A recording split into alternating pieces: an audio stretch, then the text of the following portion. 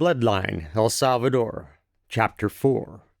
Manuel Villalobos crouched warily behind a tree, his finger caressing the trigger guard of his M16 automatic rifle. He was on a training exercise with the American advisors and was supposed to be guarding the flank of his squad on a cat-and-mouse mission with the rebels.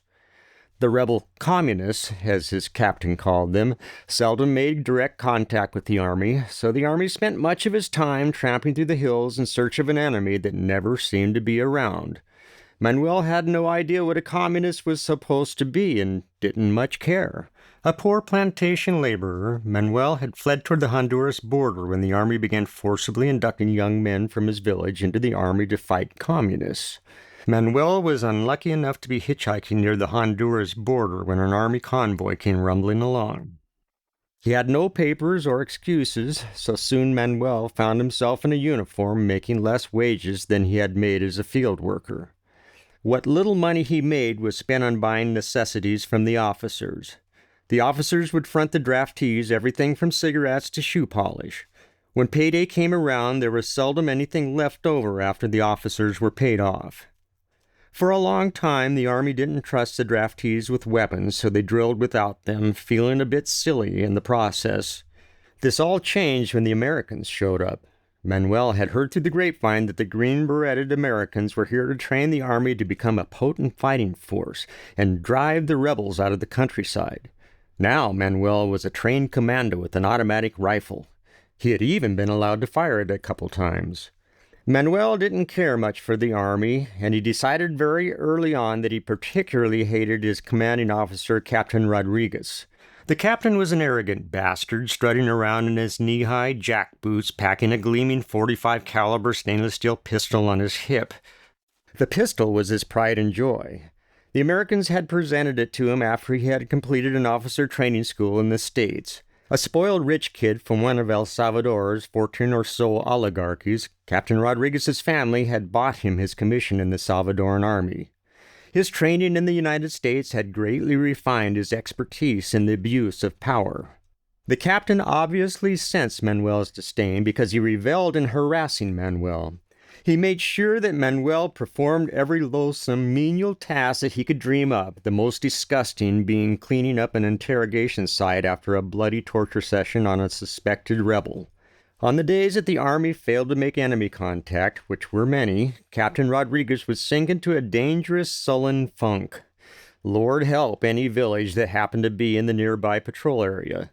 Suddenly, it magically became a rebel stronghold. Then the terror began, with the army rumbling into town, shooting everything and everybody in sight.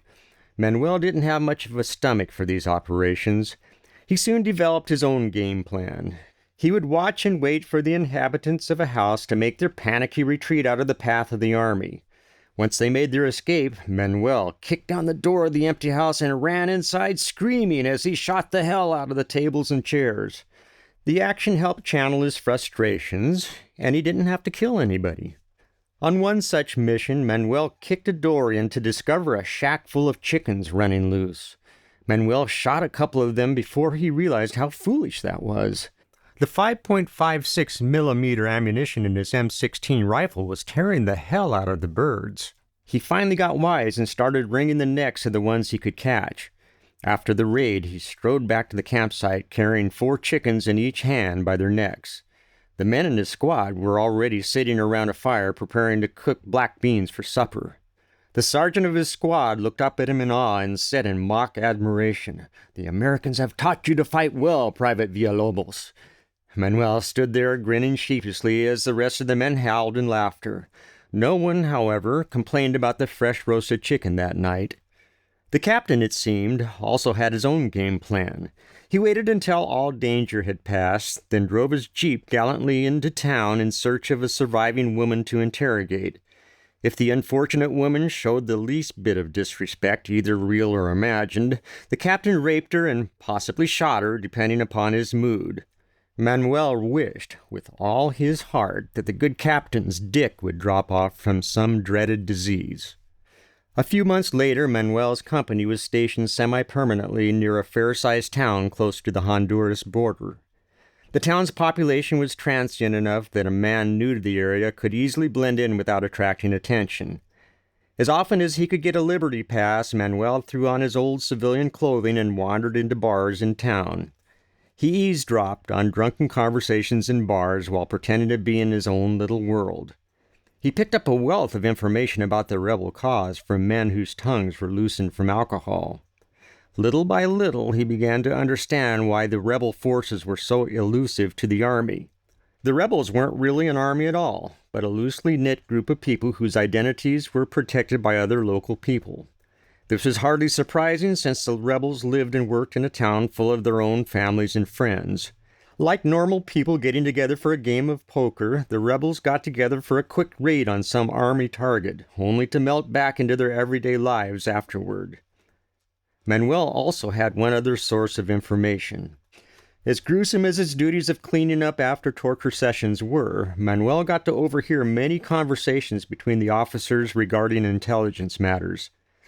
One conversation of particular interest to Manuel was about a suspected rebel leader working as a grade school teacher in town.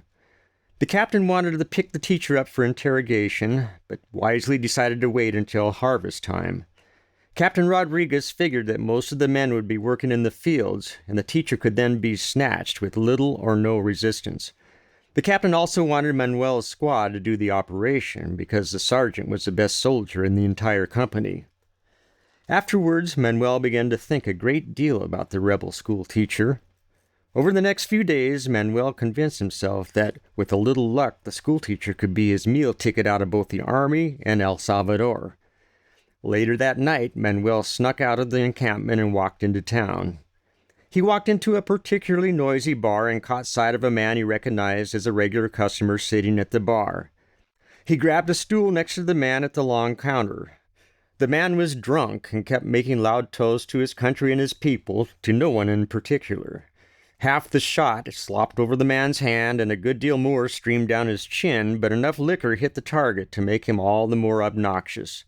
The drunk swayed toward Manuel and leered at him with red-veined, puffy eyes. "Hombre, our country is a beautiful country, que no?" Without waiting for an answer, the drunk wheezed. "You're fucking right it is. A beautiful country." He slammed his fist on the table for emphasis. He lurched sideways on the bar stool and faced Manuel squarely. He challenged Manuel belligerently. "Are you a fucking patriot or are you a fucking puto, hombre?" Manuel looked at him and said evenly, "What is a patriot to you, senor? A Salvadoran soldier?" "I hate the fucking army," the drunk roared. Manuel suddenly grabbed the man by the shirt and pulled him face to face with him, stinking breath and all. "I, too, hate the fucking army, hombre, but I intend to do something about it. Where is the school teacher?" Manuel's sudden aggression took the drunk by surprise. He gave Manuel a red-eyed stare and then turned back away from Manuel with a "fuck you, hombre." Manuel laughed to himself at the drunk's response. It would have been amazing if he'd actually found out the school teacher's identity in such a manner.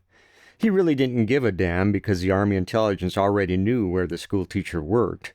His squad was getting briefed on the mission in the next couple of days, and then they would practice the operation for several days after that.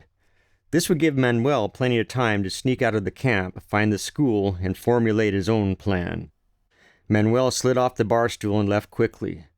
The drunk stared after him all the way to the door. Manuel easily found the grade school the next time he got liberty in daylight. He stared through the classroom window. The rebel leader was a graying, slight man with an impeccably manicured goatee, reciting a page out of a book to a room full of young, attentive faces.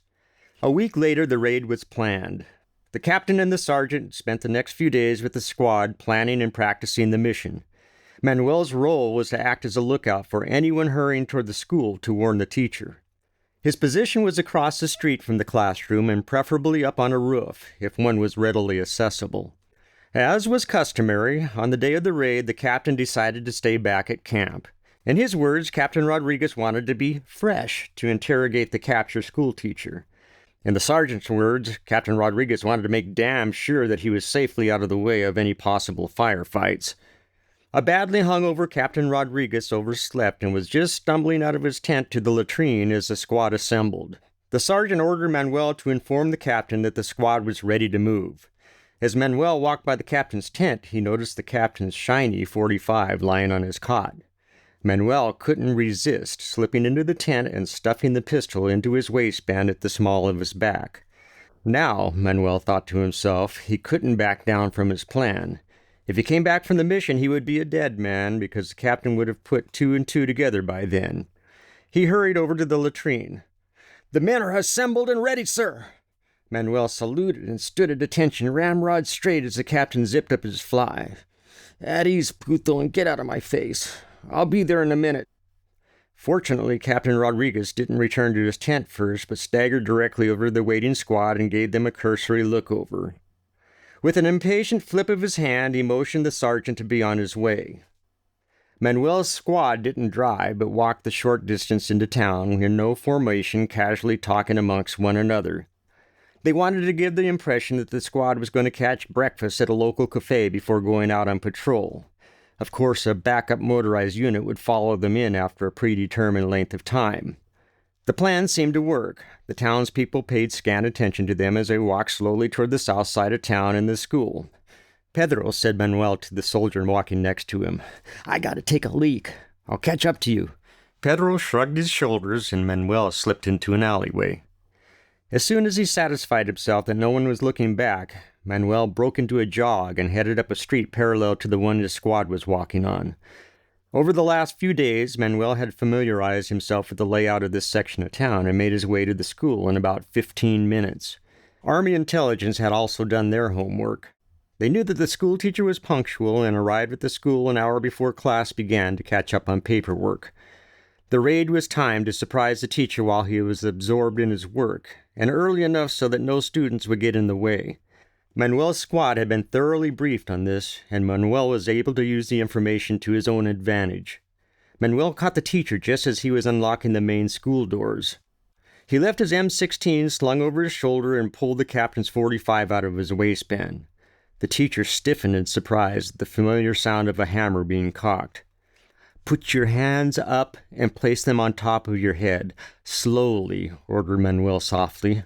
The man obeyed Manuel, then turned to face him with a sad grin on his face. "So, I guess this means that my little revolution is over, my comrade in arms." He looked around in mock puzzlement. "I don't see the rest of the troops marching in. I don't suppose that you could be interested in the cause, could you?" Manuel snorted in derision. "You're fishing, senor, not that I blame you. In answer to your question, no, I could care less about any cause other than my own cause." "Fair enough, my friend. So, what happens now? Do you shoot me, or do you proudly march me back to your superiors so that I can have the pleasure of sadistic torture for a few brutal days and then blessed death?" Whoa, you give up too fast," said Manuel, his pistol still pointed squarely at the rebel's chest. "You may have something that I need. You give me what I need, and maybe you will live to fight another day."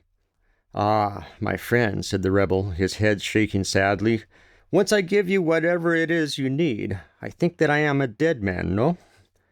At this point, you have few choices. We can't stand here talking all day because a squad of soldiers are on their way to ruin your life, even as we speak. It will not be a good situation for either one of us if they catch sight of us. So, what is this pressing need that has motivated you to desert your post and commit high treason against the great Salvadoran armed forces?" "I need 2 things, senor. I need money, and I need safe passage across the Honduras border." My, you are tired of playing army, aren't you? How did you guess? Come on. Can you get me money or not?" "The cause does have a modest war chest, but unfortunately my life is not an important enough asset to deplete its precious coffers for. I am sure that my superiors would never agree to it." "Oh yeah? How much do you suppose an American-made automatic weapon is worth to your superiors?" "Ah, well, now we are talking material necessities of the revolution. But this conversation seems quite immaterial to me. If I gave you money, you would simply shoot me with your American-made automatic weapon and have done with it." "Yes, but I would still be stranded in El Salvador with a very angry Salvadoran army chasing me around the countryside with a rope measured just the right fit for my neck." The rebel's attitude changed a bit at this, and he looked musingly at Manuel. "You know, you may have a point. You realize that such a handsome weapon as yours would command a considerable price." "Don't bother with colones. I want American dollars only." Of course, of course. You are a man with an international future in store for you. We have American dollars at our disposal, you understand. Do you have 1,000 American dollars at your disposal? Manuel said this in a hopeful tone, thinking that perhaps he would be fortunate enough to walk away with $500. You sell yourself short, comrade, chided the rebel sharply. But, in response to your offer, we will gladly give you 1,000 American dollars. We can kill much of the bourgeois with a weapon as deadly as yours.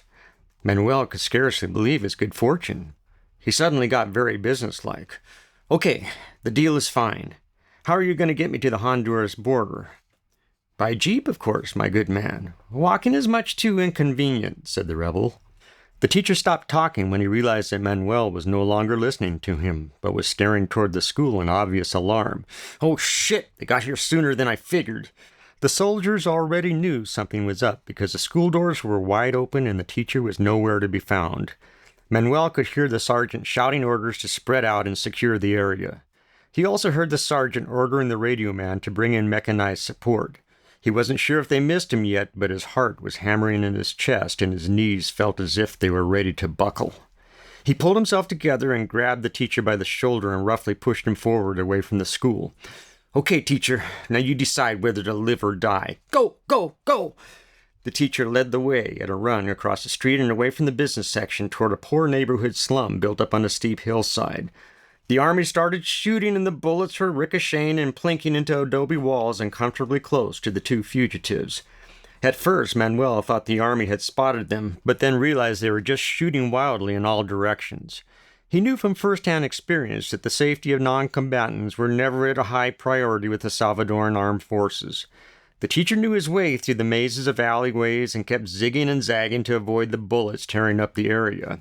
Fortunately for Manuel, the teacher wasn't all that young, and Manuel managed to keep up with him as he made his way steadily up the hillside. Suddenly, Manuel heard a huge blast and the immediate whump of concussion as a mortar shell blew apart a shack no more than 50 yards from where they were running. The concussion knocked the frail schoolteacher to his knees. Those fucking bastards, the schoolteacher wheezed as he struggled to get up. What are they thinking of, shelling a neighborhood?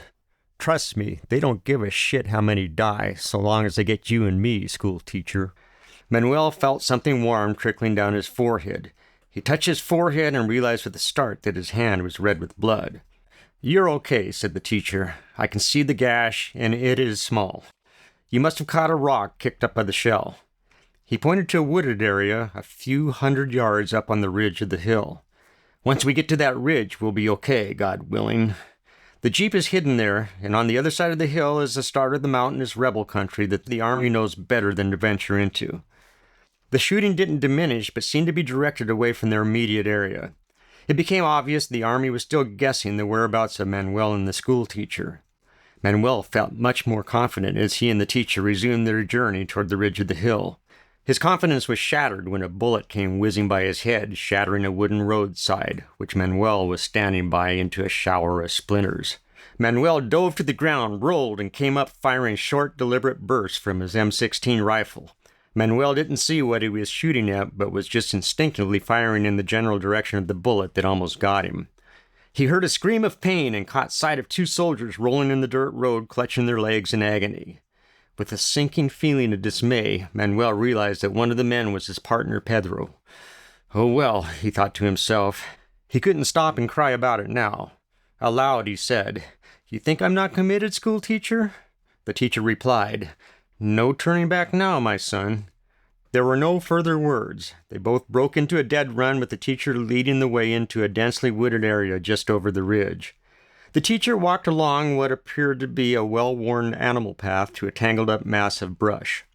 The teacher energetically pulled the brush away, exposing a beat-up old jeep with no windshield. He started the motor and they pulled out of the wooded area. Manuel turned to him after they had driven a good distance and the sound of gunfire had completely faded away. Okay, we got a jeep. Now where's the money? The gravity of the situation was not lost on the rebel. He had a great deal more than 1,000 American dollars stashed away, and he knew that nothing would prevent the soldier from taking all the money and killing him just to wrap things up. However, he couldn't quite put his finger on it, but he had a gut feeling about the soldier. He decided to show the soldier the money. He pulled over and made a dramatic show of raising his hands. "Under the dash, comrade, is a grenade. Get it, please." Manuel peered under the dash and saw the grenade strapped to a metal strip with baling wire. "The bottom screws off, comrade." Manuel was hesitant, but he gave the bottom of the grenade a twist. The grenade was indeed threaded and the two halves screwed apart. A tight roll of money was firmly wedged in the grenade. Manuel pulled the wad of money out of the grenade. The rebel's pulse quickened, and he felt beads of perspiration trickling down his forehead. He knew that the time of reckoning was near. Manuel thumbed through the bills with a puzzled look on his face. "Count me out $1,000, he commanded. The rebel suddenly realized the depth of this man's naivety. He could not count money and trusted his enemy to give him a fair deal. He counted 10 $100 bills and handed Manuel the bills. Manuel took them without question and shoved the money into his shirt. The rebel stared at Manuel in wonderment. "Comrade, you are truly an innocent soul. I will do everything in my power to deliver you safely to the border. If I were a believer, 'God bless you' would be the only appropriate words I could think of uttering. Well, whatever you say, just get me the hell out of this country." Manuel had a plan now made possible by his newly found wealth. 1,000 American dollars was a hefty chunk of change in poverty-stricken Honduras. However, he had no intention of trading one poverty-stricken existence for another. Manuel was set upon living in Acapulco, Mexico. He had heard that there was much work in the popular destination for American tourists. Manuel wanted to go where the money was at. He was sick of being poor. After he had crossed the border into Honduras, Manuel made his way to a barrio near Tegucigalpa, the capital of Honduras. There was a large Salvadoran population living there, and he had no problem obtaining forged papers for a reasonable fee. He conserved his money by riding decrepit buses through Honduras, sharing his seat with an occasional farm animal and its owner. Manuel bribed border guards when necessary, and had no problem crossing the borders into Guatemala and finally Mexico.